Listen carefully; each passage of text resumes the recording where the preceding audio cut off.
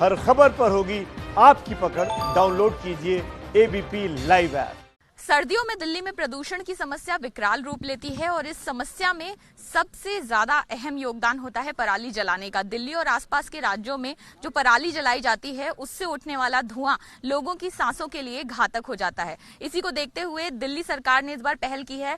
Pusa research institute की ओर से बायोडिकम्पोजर तकनीक जो डेवलप की गई है, उस तकनीक के जरिए जो छिड़काव किया जाएगा खेतों में, वो आज से दिल्ली में शुरू किया जा रहा है। और ये आप पूसा के वैज्ञानिकों की टीम जो देख रहे हैं इस समय फील्ड पर, ग्राउंड पर मौजूद है। और ये किसानों के खेत हैं जहां पर धान की फसल जो काट दी गई उसके बाद अब ये पराली से पूरे ये खेत ऐसे भरे हुए हैं। और दरअसल इसी पराली को जला दिया जाता है, जिसके बाद जो धुआं उठता है उससे स्मॉग और ज्यादा गहरा जाता है। 40% से ज्यादा हिस्सा होता है प्रदूषण में इस पराली से उठने वाले धुएं का जो योगदान होता है।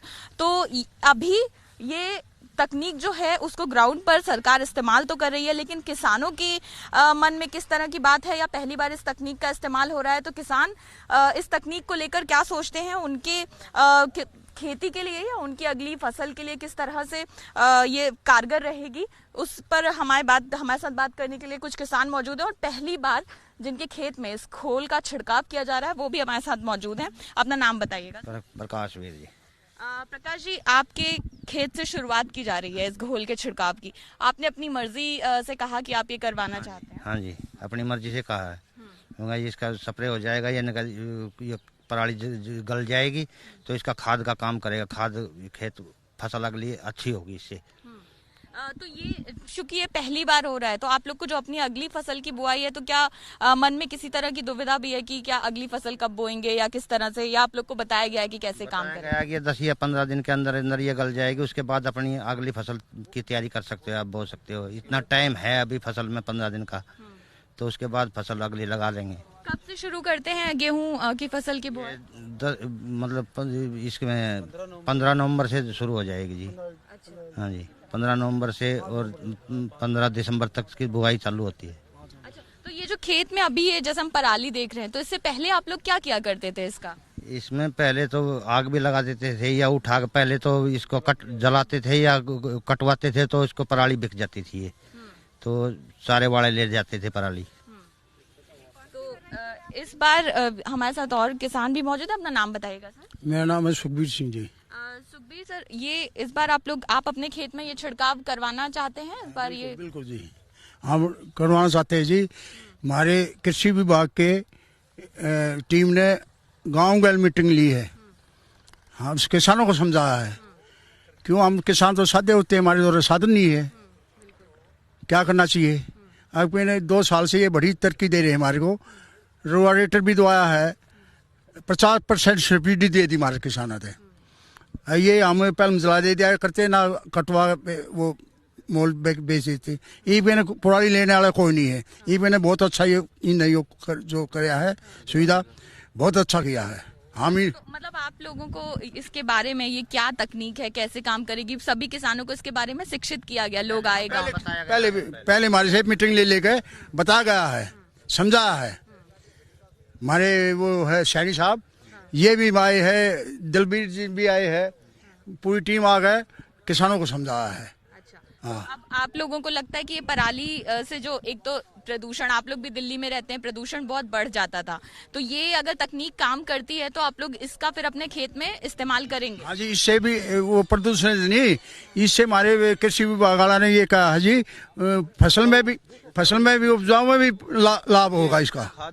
जो हमारा DAP यूरिया है वो कम मात्रा में डालना पड़ेगा। मतलब वो प्राकृतिक रूप से खाद मिल जाएगी? खाद मिल जाएगा। ये अपना नाम बताइएगा। मैम सुमित। सुमित, आप भी किसानी का ही काम करते हैं? जी मैम, मैं जॉब करता हूँ, लेकिन पापा के साथ हेल्प तो कराती है। किसान है तो किसान का बेटा तो खिलाऊंगा ही मैम। अच्छा, तो ये बताइए खेत कितना फायदेमंद आपको लगता है? आप तो युवा हैं, तकनीक को समझ भी रहे होंगे, कितना फायदेमंद? मैम हम तो प्रसन्न होंगे एक तरीके से, क्योंकि मैम पिछली साल हमारी हालत खराब हो गई थी, हमें पता है, क्योंकि सर आए थे, हमें मना करके गए थे अगली नहीं लगानी। तो मैम हमने क्या करा, इनको सारों को उठाया और बाहर फेंका, तो हमारे बुरा हाल हो गया था। अब की बार सर आए और ये बोले कि इस पे सारे पे दवाई छिड़की जाएगी, तो आपको मेहनत करने की कोई जरूरत नहीं है, दवाई से वैसे ही गल जाएगा। और 15 दिन के अंदर अंदर ये बिल्कुल गल जाएगा।